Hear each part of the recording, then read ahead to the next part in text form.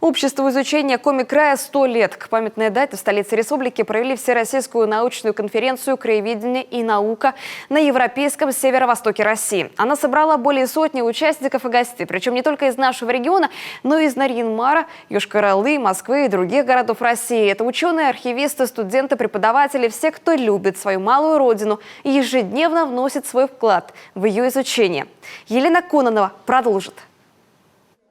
Эти пожелтевшие от времени издания – те самые первые записки, которые были опубликованы на свет почти 100 лет назад обществом изучения Коми-края. Тогда оно только начинало свои первые шаги. Первые статьи о коми-языке, об особенностях национальной культуры. У истоков создания краеведческого движения стояли ученые, журналисты, политики и преподаватели. Они взялись за эту работу не случайно. Новой автономии тогда, в начале 20 века, нужна была история, и ее начали изучать.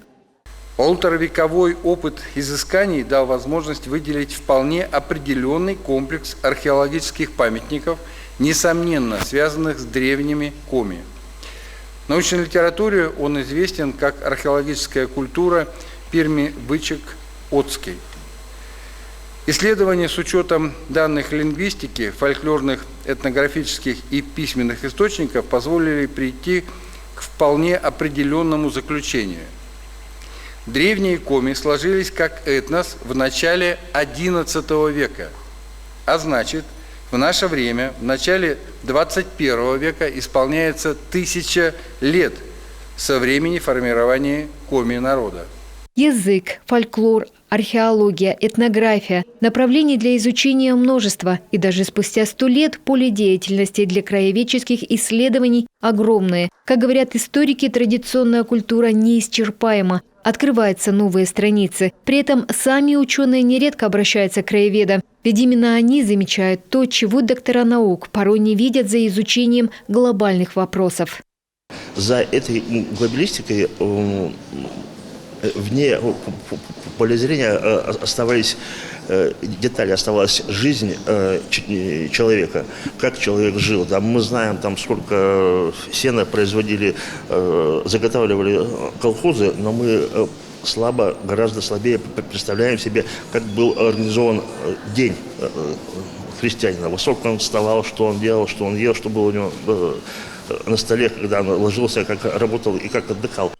Сегодня изучением малой родины занимаются не только сотрудники музеев и библиотек, но и простые граждане, которые увлечены краеведением. Работа активно ведется и в школах, и центрах доп. Образования. Школьники изучают историю сел, своих семей, биографию знаменитых односельчан, пишут проекты и защищают их на школьных конференциях.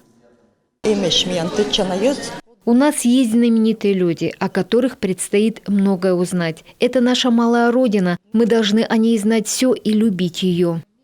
6 секций, почти 100 докладов по самым разным темам. Все это прослушать и обсудить участникам конференции предстоит за один день, чтобы решить, куда двигаться дальше. Зову на Могес краеведение Школаем. У нас много задач. Это краеведение в школе, краеведение по родословной, краеведение в муниципальных образованиях. Я считаю, что это движение и дальше будет развиваться и проживет еще 100 лет.